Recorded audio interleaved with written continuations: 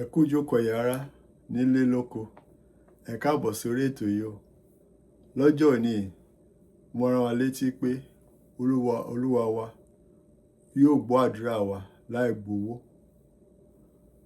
A nídìí àti fún Olúwa lówó kó tó gbọ́ àdúrà wa. A ti kọ́ wípé gbogbo gbèsè tá a jẹ nílé ayé yìí Jésù ti san gbogbo ẹ̀ tán torí pé a kan Jésù mọ́ àgbélébùú. Ó ti rà wá padà. Ó rà wá padà kúrò nínú àìsàn. Ó rà wá padà kúrò nínú ìṣẹ́. Ó rà wá padà kúrò nínú àìní. Ó rà wá padà kúrò nínú isà òkú. Ká bá lè yè, ká bá lè ròyìn iṣẹ́ Olúwa. Ìgbà tí Jésù san gbogbo ẹ̀ tán láì kù, kí ló tún kù fún wa láti san? Olúwa ò béèrè owó lọ́wọ́ wa. Olúwa ò béèrè ìdá mẹ́wàá lọ́wọ́ wa. Ó dá ká sọ̀dá mẹ́wàá bọ̀tà bá ní ni. Tá a bá ní kò ń ṣe tipá tí kò kù. Kì í ṣe ká torí pé a fẹ́ sọ̀dá mẹ́wàá ká wá jẹ gbèsè. Torí pé a fẹ́ sọ̀dá mẹ́wàá ká wá di aláìní. Torí pé a fẹ́ sọ ìdá mẹ́wàá ká wá di ẹni tí ò lè jẹ, tí ò lè mu, tí ò lè tọ́jú ìyàwó, tí ò lè tọ́jú ọmọ, tí ò lè tọ́jú ẹbí àtàrà. Ìyẹn ò bójú mu rárá. Ẹ̀ṣẹ̀ tó níyẹn lọ́dọ̀ Olúwa wípé èèyàn tí ò lè tọ́jú ẹbí ẹ̀ wá ń kówó jọ síbì kan. Olúwa ò kì í náwó. Wọ́n ní Olúwa ló ní ilẹ̀ àti ẹ̀kún rẹ̀, ayé àti àwọn tó tẹ̀lé sínú rẹ̀. Nígbà tí èèyàn tó ní gbogbo nǹkan lé ayé yìí, èyí ló fẹ́ fún nítàn. Lóòótọ́ àwọn olóyún sọ pé mú iye báyìí wá kí lè bẹ gbàdúrà sí Olúwa. Wọ́n fúnra rẹ̀ lè gba àdúrà ẹ̀. Kò sí pé báyìí la ṣe ń gbàdúrà, báyìí la ṣe ń gbàdúrà. Kò sí bó ṣe gba àdúrà tó Olúwa ò gbọ́. Ó gbà ní gbangba, ó gbà ní kọ̀rọ̀, ó gbà nínú. Olúwa gbọ́, ó gbọ́ gbogbo ẹ̀. So a gbọ́dọ̀ máa ṣe kìtàkìtà lọ́wọ́ pé bàbá ẹ jọ̀ọ́ ẹ bá mi gbàdúrà sí Olúwa. Olúwa Jésù nìkan lọ́ba tó ń gbé àdúrà wa lọ sọ́dọ̀ síwájú ìtẹ́ Olódùmarè. Kò ń ṣe èèyàn kan. So a gbọ́dọ̀ ṣàìkára wa kún. A gbọ́dọ̀ tẹ́ńbẹ́lẹ́ ara wa pé tí bá gbàdúrà Ọlọ́run ní gbọ́. Kò sẹ́ni tí ó gbàdúrà tọ́lọ́run ò gbọ́. Níwọ̀n tó bá ti ní ìgbàgbọ́ tó dẹ̀ ń ṣe rere, tó dẹ̀ ń hùwà bí Ábúráhámù. A sọ wípé ní pé èmi yóò gbójú mi sórí òkè. Sórí òkè wọ́n ní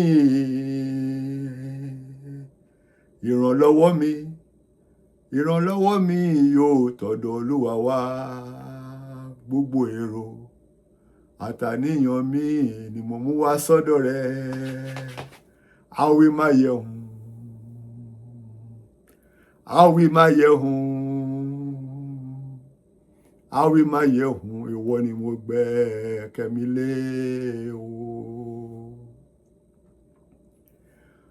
Èmi yóò gbójú mi sórí òkè. Sórí òkè wọ́n ní ìrànlọ́wọ́ mi yóò tọ̀dọ̀ Olúwa wá. Gbogbo èrò àtàníyàn mi ni mo wá sọ́dọ̀ rẹ̀. Àwí máa yẹ̀hùn. Àwí máa yẹ̀hùn. Ìwọ ni mo gbẹ́kẹ̀ mi lé o. Tá bá sin Olúwa ní ọ̀nà tó tọ́ àti ní òdodo, Olúwa gbàdúrà gbogbo wa. Kò dìgbà tá bá dá ìdá mẹ́wàá tó máa ní wá lára. Kò dìgbà tá bá so èso kàbìtì tá lágbára ẹ̀ k'Olúwa tó gbàdúrà wa. Tí èèyàn bá ní agbára ẹ̀, ó lè fúnjọ lówó rẹpẹtẹ, ó lè fúnjọ ní iyekíye tó bá wùn ẹ́. But tí èèyàn ò bá lágbára ẹ̀, ìyẹn gan ẹ̀ṣẹ̀ pàápàá tún nìyẹn. Kí wọ́n tó ṣe ìdá mẹ́wàá ọkọ tó ṣe tọrọ àánú fún ìjọ, rí dájú pé o ti san owó ilé tẹ̀ ń gbé. Àbí ilé tẹ̀ ń gbé ẹ ti sanwó ẹ̀ pátápátá. Ẹ ti san owó iná, owó omi, gbogbo nǹkan tó lérò, owó iléèwé àwọn ọmọ. so iye tó bá yẹ kù lẹ́ máa ti rò pé nínú ètò kù yìí mo lè ṣe lè mo lè ṣe lè mo lè ṣe gbà ẹ má yẹ kí àwọn kan fipá mú yín pé tẹ́ ẹ̀ bá tí ì fún ìjọ lówó tó ní yín lára Ọlọ́run ò ní gbàdúrà yín. Ọlọ́run ló ń gbàdúrà. Jésù lọ́ba tó gbé wa lọ Jésù lọ́ba tó ń gbàdúrà lọ sọ́dọ̀ Olúwa sí ìtẹ́ Elédùmarè. Kì í ṣe èèyàn kan. Èèyàn kan lè wà pé olórí àti gẹ́gẹ́ bí olórí ìjọ kó darí wa kọ́kọ́ ọba ṣe ń gbàdúrà torí pé à ń rò pé bákan la ṣe ń gbàdúrà ni kò sí pé bákan la ṣe ń gbàdúrà bá ṣe ń gbàdúrà pé ohun tó ń dùn wá lọ́kàn a gbé wá síwájú Olúwa a lè sọ gẹ́lẹ́ nínú ọkàn wa tá àti ẹ̀ lè sọ síta a lè bọ́ sí kọ̀rọ̀ yàrá wa ká gbàdúrà sólúwa níwọ̀n tí sàkání wa bá ti mọ́ tá bá fẹ́ ṣe ìjọsìn nílé ẹ gbálẹ̀ ẹ make sure pé ibẹ̀ mọ́ sàkání ibi tẹ́ ti ń gbàdúrà ó jẹ́ mímọ́ ó ní pé mímọ́ lolúwa tí ó sì dọ̀tí ń bẹ ó tán. Kì í ṣe tẹ́ bá lọ sanwó fún èèyàn kan kó bá yín gbàdúrà ẹ máa àti jẹ àti mu nílé àwàdì wàhálà àti sanwó ilé àwọn ọmọ àti sanwó iná sanwó mi Ọlọ́run má yẹ kó di wàhálà. Tí wọ́n bá tiẹ̀ wà tí ẹ pé àkókò dé sí tó wọ́pọ̀ lọ́wọ́ onítọ̀hún ìyẹn ò túmọ̀ pé Ọlọ́run ní gbàdúrà ẹ̀. Ìgbà ẹ̀gan ìwọ ọgọ́ lọ́lọ́run súnmọ́ jù. Ẹni tí ò bá tí ì ní wákàtí kan fúngbà díẹ̀ ni ayọ̀ ń bọ̀ ní òwúrọ̀. Ọ̀nà ọba tó ń lànà o lè sọ pé torí pé ó kù díẹ̀ káàtó lọ́wọ́ mi ní àsìkò yìí o mi ò ní gbàdúrà sólúwa no ìgbà ẹ̀gan ló ní èdè àti tẹra màdúrà kọ́lọ́run lè yọ ẹ kúrò inú àìní torí Jésù ti san gbogbo ẹ̀. Ọlọ́wọ́ ò kì í náwó wọ́n ní Olúwa ló ní ilẹ̀ àti ẹ̀kún rẹ̀ ayé àti àwọn tí ó tẹ̀dó sínú rẹ̀. Èló la fẹ́ fún Olúwa tó máa fi lè sọ pé iye báyìí ni. So ní èní ìsìn máa fẹ́ fi àpèjúwe kan fún wa nínú ìwé mímọ́ pé especially Abraham bàbá wa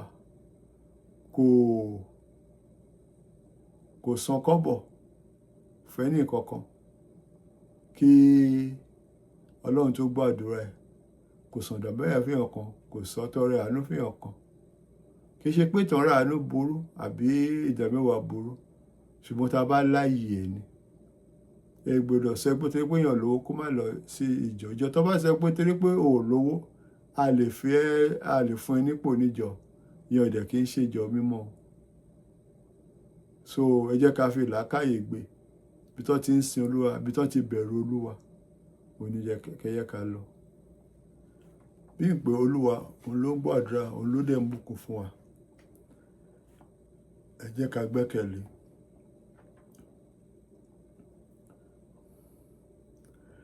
Òjò ìbùkún yóò sì rọ̀ ìlérí ìfẹ́ léyìí a ò ní ìtura dídùn látọ̀dọ̀ Olùgbàlà.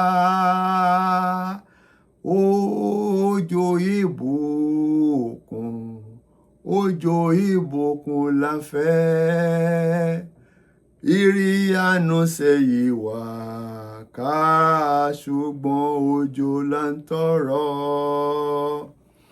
Òjò ìbùkún yóò sì rọ̀ ìsọjí iyebíye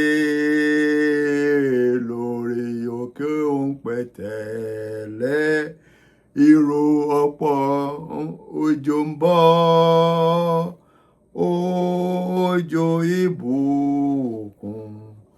Òjò ìbùkún la fẹ́ ìrì àánú sẹ́yìn wá ká ṣùgbọ́n òjò là ń tọrọ. Òjò ìbùkún yóò sì rọ̀ ìsọjí iyebíye lórí òkè òun pẹ̀tẹ́lẹ̀ ìró ọ̀pọ̀ òjò ń bọ̀.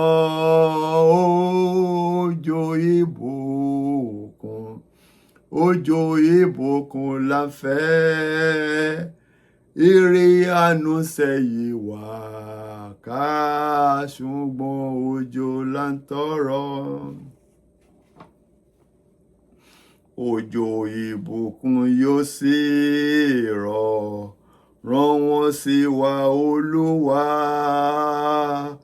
fún wa ní ìtura dídùn, wá fọlá fún ọ̀rọ̀ rẹ̀.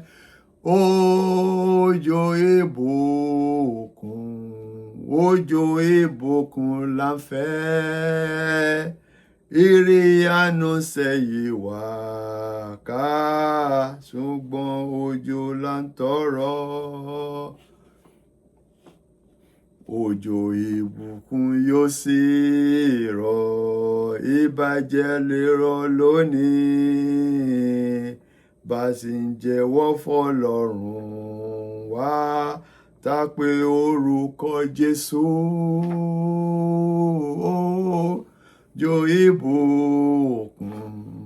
Òjò ìbùkún là ń fẹ́, ire àánú sẹ́yìn wá ká ṣùgbọ́n òjò là ń tọrọ.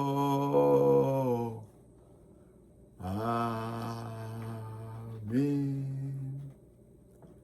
Gbogbo àìní wa Jésù ti gbọ́ gbogbo ẹ̀ lọ lórí àgbélébùú. Oore ọ̀fẹ́ Olúwa la dé gbẹ́kẹ̀lé. Oore ọ̀fẹ́ Olúwa là ń fẹ́. Ìbùkún Olúwa là ń fẹ́. Àánú Olúwa là ń fẹ́. Ọ̀fẹ́ ní gbogbo náà, ọ̀fẹ́ ní gbogbo ẹ̀. Olúwa béèrè owó kó tó ṣe oore fún wa. Olúwa fi tipátipá kò máa pa láti mọ́wó lẹ̀ kó tó ṣe oore fún wa. Ọ̀fẹ́ ní ìgbàlà, ọ̀fẹ́ la fi fún ni.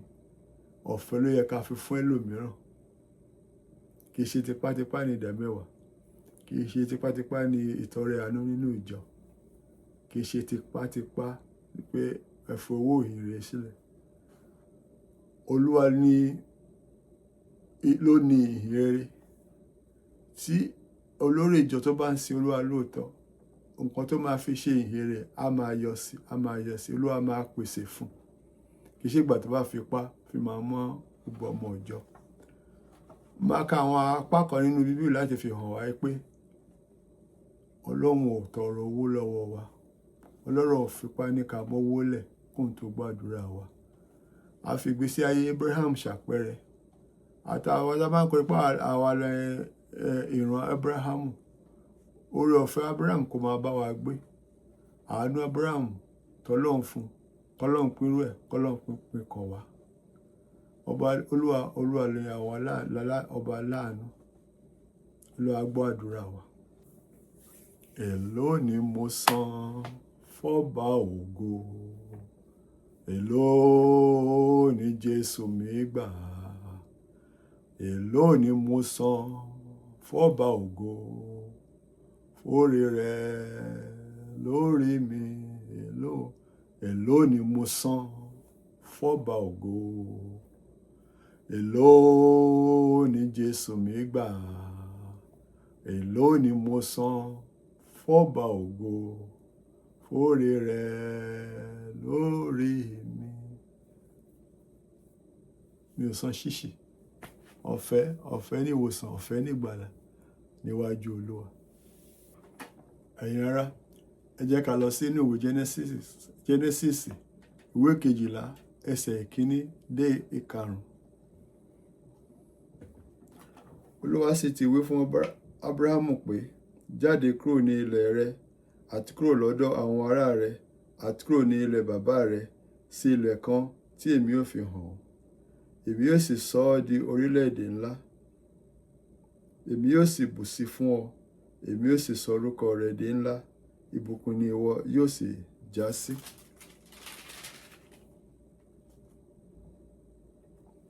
Èmi yóò bùkún fún àwọn tí ń súre fún ọ. Ẹni tó ń fi ọ́ ré lèmi yóò sì fi ré. Nínú rẹ lè a ó ti bùkún fún gbogbo ìdílé ayé. Bẹ́ẹ̀ ni Abraham lọ, bí Olúwa ti sọ fún un. Lọ́tì sì bá a lọ. Abraham sì jẹ́ ẹni 180 ọdún nígbà tí ó jáde ní Harani. Abraham sì mú Sarai aya rẹ̀ àti Lọ́tì ọmọ arákùnrin rẹ̀ àti gbogbo ìní àti gbogbo ìní wọn tí wọ́n kó jọ, èrè gbogbo tí wọ́n ní ní Háránì. Wọ́n sì jáde láti lọ sí ilẹ̀ Kénáánì. Ní ilẹ̀ Kénáánì ni wọ́n sì wá sí. Ẹ jẹ́ ká wo Olúwa pé Ábúráhámù. Kì í ṣe torí pé Ábúráhámù ó san ìdá mẹ́wàá fún Olúwa. Kì í ṣe nítorí pé Ábúráhámù ó so èso rẹpẹtẹ ńlá fún Olúwa. Olúwa wo ọkàn Ábúráhámù, ó sì rí pé olódodo èèyàn ni. Ó sì kà sí pé onígbàgbọ́ ni. Ó rí pé ọkàn Ábúráhámù mọ́, pé ẹni tó lè sin Olúwa lóòótọ́ àti lódodo lẹ́ni ni Olúwa ṣe pé èmi yóò sọ ẹ́ di ńlá. Kì í ṣe fúnfún owó, kì í ṣe níní owó àbí àìní owó ni Ọlọ́run ṣe pé Ábúráhámù. Ìṣesí Ábúráhámù àti ọkàn ẹ̀mí mọ́ ẹ̀ lọ́lọ́run ṣe yàn láàrin gbogbo èrò pé ìwọ máa ṣe oore fún ẹ.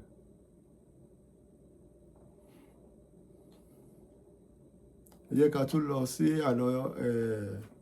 orí ìwé mi. Ká tún lọ sí Genesis ìwé ẹ̀kẹẹ̀dógún ẹsẹ̀ ìkejì dé ẹ̀kẹfà. Ábúráhámù sì wí pé Olúwa Ọlọ́run, kí ni ìwọ yóò fi fún mi? Èmi sáà ń lọ ní àìlọ́mọ. Elisere ti Damasku yìí sì ni ẹni tí ó ní ilé mi. Ábúráhámù sì wí pé, wò, èmi ni ìwọ kò fi irú ọmọ fún, sì wò, ìbílẹ̀ mi òun ni àrólé mi, sì wò, ọ̀rọ̀ Olúwa tọ̀ wá wípé ilé kì yóò ṣe àrólé rẹ, bí kò ṣe ẹni tí yóò ti inú ara rẹ̀ jáde, òun ni yóò ṣe àrólé rẹ̀. Ó sì mú jáde wá sí gbangba. Ó sì wí pé, gbójú wo òkè ọ̀run nísinsìnyí, kí o sì ka ìràwọ̀ bí o bá lè kà wọ́n. Ó sì wí fún un pé, bẹ́ẹ̀ ni irú ọmọ rẹ̀ yóò rí. Ó sì gba Olúwa gbọ́, òun sì kà á sí fún ní òdodo. Ẹ̀yin ará, ẹ wo, Ábúráhámù ò lọ́mọ. Ó tọrọ ọmọ lọ́wọ́ Ọlọ́run. Ó gbàdúrà sí Olúwa. Olúwa dẹ̀ ṣe ìlérí fún òun tìkára rẹ̀. Ó fa ara ẹ̀ búra fún Ábúráhámù pé òun á fún lọ́mọ. Ààrẹ kà í pé Ábúráhámù san ìdá mẹ́wàá gọbọi o. Ààrẹ kà pé Ábúráhámù ṣe ìtọrẹ àánú gọbọi kí Olúwa lè gbọ́ àdúrà ẹ̀. Oore ọ̀fẹ́ Olúwa ni. Olúwa sọ pé ọ̀fẹ́ ni ìgbàlà, ọ̀fẹ́ la fi fún ni, ọ̀fẹ́ ló yẹ ká fi fẹ́ lòmíì. Tá bá rí èrè ń bẹ̀, àfikún ni fún wa.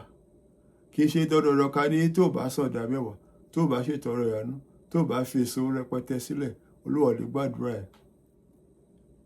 Olórí ìjọ kọ́ ló ń gbàdúrà yàn. Olúwa Ọlọ́run Olódùmarè ló ń gbàdúrà. Ẹnì kankan ẹlẹ́ran ara tó ń mí atẹ́gùn, tó ń mí èémí atẹ́gùn kò lè dáwọ́ àdúrà yàn kan dúró. Ọlọ́run kan ló lè sọ àmì sí àdúrà. Tọ́lọ́run bá dẹ̀ sọ pé ti àmì sí àdúrà ẹnìkan ni, kò sẹ́dà kan tó lè yí padà. Ọlọ́run lóhun kan náà lánàá, léni àti sí láéláé. Tọ́lọ́run bá ti gbọ́ àdúrà, Ọlọ́run ò tún lè yí padà tí ò bá sí ẹ̀ṣẹ̀, tí ò bá sí àìmọ̀. Ọlọ́run ò kì í yíra padà. Tọ́lọ́run bá ti ṣe bẹ́ẹ̀ náà ló máa rí. So kò ń ṣèyàn ló ń gbọ́ àdúrà, Ọlọ́run ló ń gbọ́ àdúrà.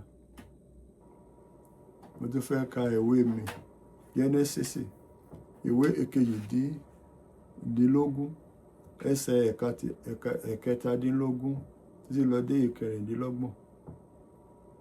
Olúwa sì wí pé, èmi yóò wá pa ohun tí èmi yóò ṣe mọ́ fún Ábúráhámù, torí pé Ábúráhámù yóò sáàdì orílẹ̀-èdè ńlá àti alágbára, àti gbogbo orílẹ̀-èdè ayé lé a ó bùkún fún nípasẹ̀ rẹ̀.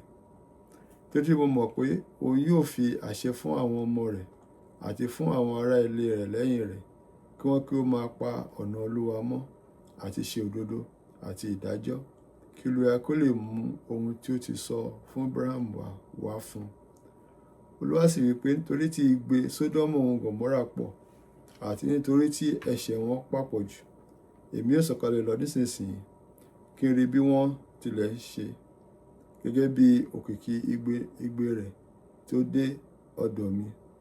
Bí bẹ́ẹ̀ sì kọ́, èmi yóò mọ̀. Àwọn ọkùnrin náà sì yí ojú wọn padà kúrò níbẹ̀, wọ́n sì lọ sí Sódómù, ṣùgbọ́n Abrahamu dúró níbẹ̀ síbẹ̀ níwájú Olúwa. Abrahamu sì súnmọ́ ọ̀dọ̀ rẹ̀, ó sì wí pé, ìwọ ó ha run olódodo pẹ̀lú ènìyàn búburú? Bóyá 50 olódodo yóò wà nínú ìlú náà, ìwọ yóò ha run, ìwọ kì yóò ha dá ibẹ̀ náà sí nítorí 50 olódodo tí ó wà nínú rẹ̀.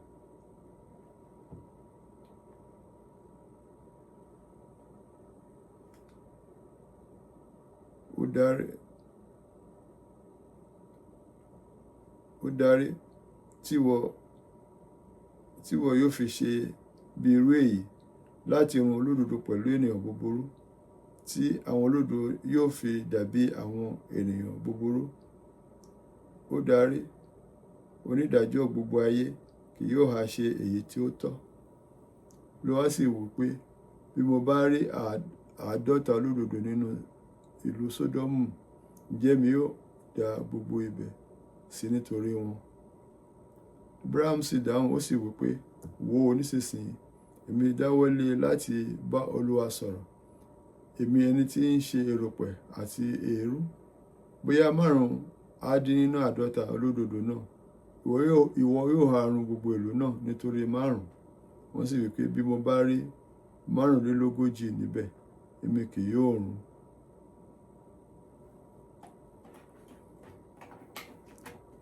Ẹ wo ẹ̀yin ará, gbogbo ẹ̀bùn Olúwa, ẹ̀bùn alálàá, ó pẹ̀lú ẹ̀bùn tó Olúwa ń fún wa. Ẹ̀bùn ìríran, ó pẹ̀lú ẹ̀bùn tó Olúwa fún wa. Ẹ̀bùn àti mọ̀ ọlá, ó pẹ̀lú ara ẹ̀bùn tó Olúwa fún onígbàgbọ́. Olúwa fẹ́ ṣe nǹkan burúkú sí ilẹ̀ Sódómù and Gòmórà. Olúwa fẹ́ ṣe nǹkan burúkú sórí ilẹ̀ Sódómù òun Gòmórà. Olúwa rántí pé Lọ́ọ̀tì máa wà ní Sódómù òun Gòmórà yìí.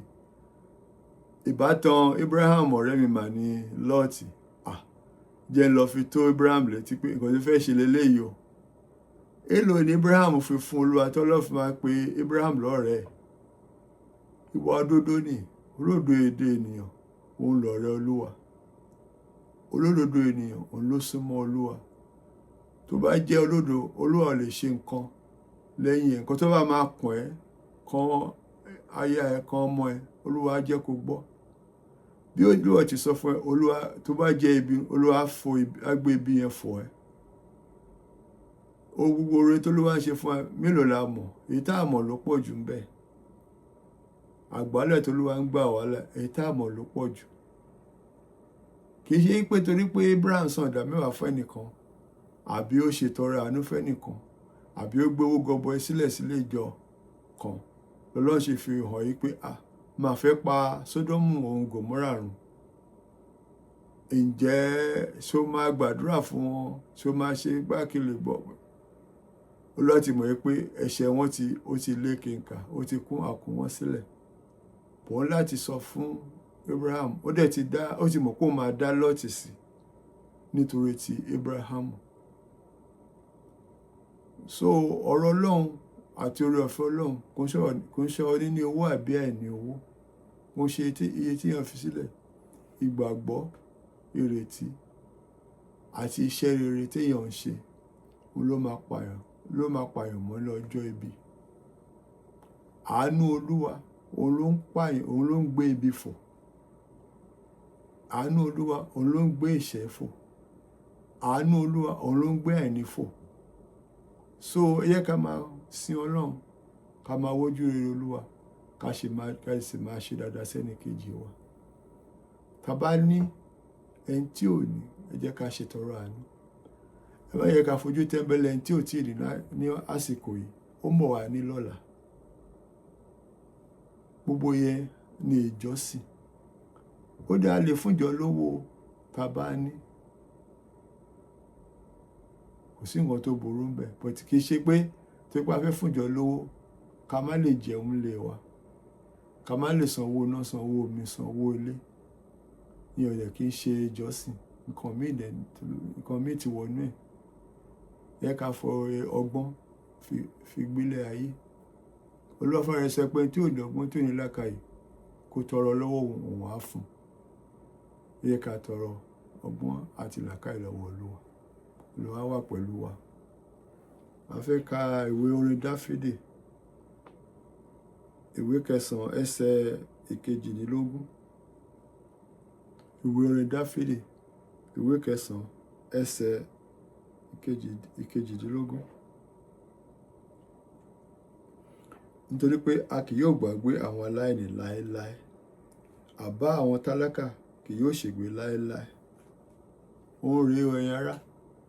Torí pé èèyàn níṣòro díẹ̀, owó kù káàtó lọ́wọ́ onítọ̀hún, kò túmọ̀ pé ká má gbàdúrà sólúwa. Kò túmọ̀ pé Olúwa ò ní gbọ́ àdúrà àwọn tá a bá gbàdúrà. Olúwa ò ní fowó ṣe. Kí ló fẹ́ fọlúwa kí ló fẹ́ fowó yẹn rà? Ẹni tó ní gbogbo nǹkan. A sọ pé ti Olúwa ní ilẹ̀ àti ẹ̀kún rẹ̀, ayé àti àwọn tí ó tẹ̀dó sínú rẹ̀. Lóòrùn la fẹ́ fún onítọ̀hún, ẹni tí ò béèrè nǹkan kan. Láì jẹ́ pé a fún un lówó, ó fi ọmọ rẹ̀ nìkan ṣoṣo, ó fi rúbọ fún wa, ó fi mú àìní wa kúrò, ó fi mú ẹ̀ṣẹ̀ wa kúrò, ó fi mú àìsàn wa kúrò. Òun rèé ẹni tí ò ní wákàtí ọ̀wọ̀ yìí ó mọ̀ wá ní lọ́la. So ìgbà tí ó bá kù díẹ̀ káàtó, ìgbà yẹn gangan ló yẹ kéèyàn súnmọ́ Olúwa, kéèyàn gbọ́ àdúrà, tẹra mọ́ àdúrà. Ọlọ́run ló máa gbéyàn sókè. Bí èèyàn wà ní Ọlọ́run ló máa gbéyàn ga. Òun lọ́lọ́run ti sọ ẹ́ sí pé ẹni tí ò ní òun ò lè gbàgbé ẹ̀ láéláé. Àwọn yẹn ló súnmọ́ ọkàn Olúwa. Fọlúwa tún sọ pé gbogbo ẹni tí ò ní tó bá wà láàrin wa ká máa ṣàánú fún. Tá a bá ṣàánú fún ẹni tí ò ní, òun Olúwa ló jẹ wá ní ẹ̀san. Gbogbo èyí tá a ṣe fún aláìní, Ọlọ́run á san ẹ̀san yẹn padà fún wa fúnra ara ẹ̀. Bí tí ẹni tí ò ní tó ti wà lọ́kàn Olúwa tó. So ẹ bá lọ sí ìjọ tó bá sọ pé torí pé ẹ lówó ẹ lè jẹ ipò nínú ìjọ, torí pé ẹ lówó ẹ gbọ́dọ̀ jọ́sìn nínú ìjọ. Ẹ ló làákàyè kẹ wá jọ mí. Mo fẹ́ ka ìwé Matthew, ìwé 18 láti ẹsẹ̀ 19 títí dé 20.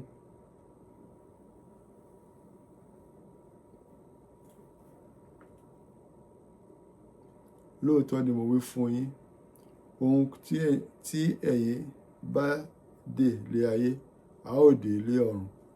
Ohunkóhun tí ẹ̀yin bá sì tú lé ayé, a ó tú lé ọ̀run. Mo wí fún yín pé bí ẹni méjì nínú yín bá fi ohùn ṣọ̀kan lé ayé yìí, ẹni ní ti ohunkóhun tí wọn yóò béèrè, a ó ṣe fún wọn láti ọ̀dọ̀ Baba tí ń bẹ lé ọ̀run wá. Torí ibi tí ènìyàn méjì tàbí mẹ́ta bá kó ara wọn jọ lé orúkọ mi, níbẹ̀ lèmi yóò wà lé àárín wọn. Olúwa ń sọ fún wa pé àbá pé méjì mẹ́ta ìjọ ti dúró nìyẹn. Tá a bá béèrè ohunkóhun, òun ó ṣe fún wa. Kì í ṣe nítorí kò sí pé Ọlọ́run ò sọ pé ẹ ní láti ṣe ìdámẹ́wàá, ẹ ní láti ṣètọrẹ àánú, ẹ ní láti fowó gọbọi sílẹ̀ nínú ìjọ kóhun tó ṣe. Ẹ ṣáà béèrè, èmi yóò ṣe. Àánú rẹ̀ Olúwa làwa ń tọrọ, rọ̀jò àánú lé wa. Ẹyẹ tí ń fò àti ìrà tó rinlẹ̀, ìyanu rẹ̀ lọ́pọ̀lọpọ̀. Àánú rẹ̀ bàbá, àánú rẹ̀ ọmọ, àánú rẹ̀ bàbá wa ọ̀run là wà ń tọrọ lọ́dọ̀ rẹ̀ o. Ẹyẹ tí ń fò àti ìrà tí ń rinlẹ̀, ìyanu rẹ̀ lọ́pọ̀lọpọ̀. Ẹ wo ìrà bó ṣe pọ̀ tó, ẹ wo iye tó pè ọ̀tọ̀, wọ́n ń róúnjẹ wọn jẹ. Ọlọ́run ń ṣàánú fún wọn. So á bọ̀ sí àwa, Olúwa yóò wá o. màá tún fẹ́ ka ìwé Matthew yẹn, ìwé kejìdínlógún ẹsẹ̀ kìíní dé ẹ̀karùn.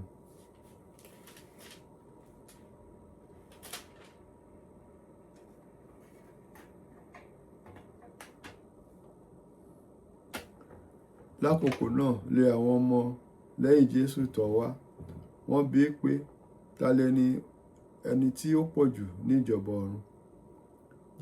Jésù sì pe ọmọ kékeré kan sọ́dọ̀ rẹ̀, ó mú un dúró láàrin wọn, ó sì wí pé lóòótọ́ ni mo wí fún yín, bí kò ṣe pé ẹ̀yin bá padà kí ẹ sì dàbí àwọn ọmọ kékeré, ẹ̀yin kì yóò lè wọ ilé ìjọba ọ̀run. Torí náà ẹnikẹ́ni tí ó bá rẹ ara rẹ̀ sílẹ̀ bí ọmọ kékeré yìí, òun náà ni yóò papọ̀ jù ní ìjọba ọ̀run. Ẹni tí ó bá sì gba irú ọmọ kékeré yìí kan lé orúkọ mi, ó gbà mí. Ṣùgbọ́n ẹnikẹ́ni tí ó bá mú ọ̀kan nínú àwọn kékeré wọ̀nyí tí ó gbà mí gbọ́ kọsẹ̀, ó yá fún kí a so ọlọ́ ńlá mọ́ ilé ọ̀run, kí a sì ré sínú ibú omi òkun. Òun rèé o. Àwọn ọmọlẹ́yìn Jésù pé ta ló pọ̀ jù ní ìjọba ọ̀run? Kò ṣe dandan kó jẹ́ olórí ìjọ, kò ṣe dandan ọba aládùúrà, kò ṣe dandan ọ̀gá akọrin. Ẹnikẹ́ni nínú gbogbo wa tó bá ti ní ẹ̀mí ìrọ̀lẹ́ jù, òun náà ló ga jùlọ níjọba ọ̀run. Àti olórí ìjọ,